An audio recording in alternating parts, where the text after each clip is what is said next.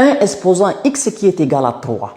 Il est évident que la solution dans R n'existe pas, mais on va au-delà de l'ensemble des nombres réels pour résoudre cette équation. Alors, résolvons d'abord dans R pour vous dire la raison pourquoi la solution n'existe pas. Alors, là, on va dire ln de 1 exposant x qui est égal à ln de 3, c'est-à-dire de part et d'autre, on introduit ln. Maintenant, on va faire descendre quoi? Le x. Donc, on va avoir x ln de 1 qui est égal à ln de 3. Maintenant, on tire x, donc le ln de 1 va venir rester au dénominateur. On va avoir x égale ln de 3 sur ln de 1. Or, ln de 1, c'est égal à 0, n'est-ce pas? Donc, c'est-à-dire qu'on va avoir x qui est égal à ln de 3 sur 0, qui est impossible. On ne peut jamais diviser par 0, c'est-à-dire la solution dans R est vide. Mais nous sommes maintenant dans C. Voilà, dans l'ensemble des nombres complexes. Alors, il faut savoir que là, le 1, nous allons le mettre sous la forme exponentielle. Donc, on va chercher le module et l'argument de 1 pour mettre le 1 sous la forme exponentielle. Donc, le module de 1, c'est toujours égal à 1. Maintenant, l'argument de 1, c'est égal à 2pi. Donc, c'est-à-dire, l'argument de 1 est égal à 2pi. Maintenant, 1 là, il a pour forme exponentielle de 2i, voilà, pi. Est-ce qu'on se comprend? Donc, de 2i pi. Donc, je dis quoi? Je dis l'argument. Je n'ai pas dit un argument. Si c'est un argument, j'ajoute plus de pi. Mais juste un argument. Donc, pour vous dire que à la place de 1, je vais remplacer par exponentielle de 2i pi. Voilà. Donc, là, on va avoir exponentielle de 2i pi, le tout exposant x là, qui est égal à 3. Bien, maintenant, à partir de ce niveau, on va introduire ln.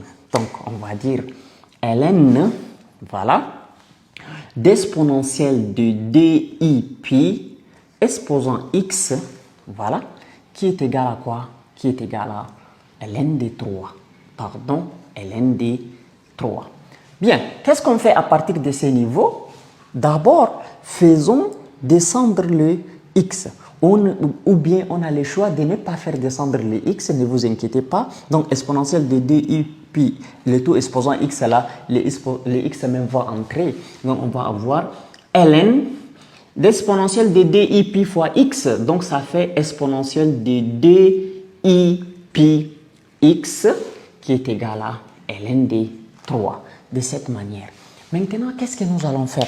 À partir de ce niveau, ln et exponentielle là vont disparaître, n'est-ce pas? On a dit, la propriété dit ln d'exponentielle de a, c'est égal à tout court a, n'est-ce pas? Donc ici, là, le ln et l'exponentielle vont disparaître. On va avoir 2i pi x qui est égal à ln de 3. ln de 3, de cette manière. Maintenant, on va tirer le x. X est égal à ln de 3 sur 2i pi. Maintenant, le i ne va pas rester au dénominateur. Donc, on va multiplier le numérateur et le dénominateur par le conjugué du dénominateur. On va avoir x égale ln de 3 sur moins 2i, voilà, fois 2i pi. Et comme j'ai multiplié le dénominateur par moins 2i, donc c'est-à-dire même le numérateur, je le multiplie par moins 2i comme ça. Donc je vais avoir x égale moins 2i ln de 3. Et ici, 2 fois 2, ça fait 4. Avec moins, ça fait moins 4. Et i fois i, ça fait i au carré qui donne moins 1. Avec ces moins, ça fait plus 1. Donc, et le pi est là. Donc on va avoir x égale moins 2i ln de 3 sur 2 fois 2pi, n'est-ce pas? Le 2, je simplifie, donc je vais avoir x qui est égal à moins i ln de 3, le tout sur 2pi, qui est la solution à notre équation.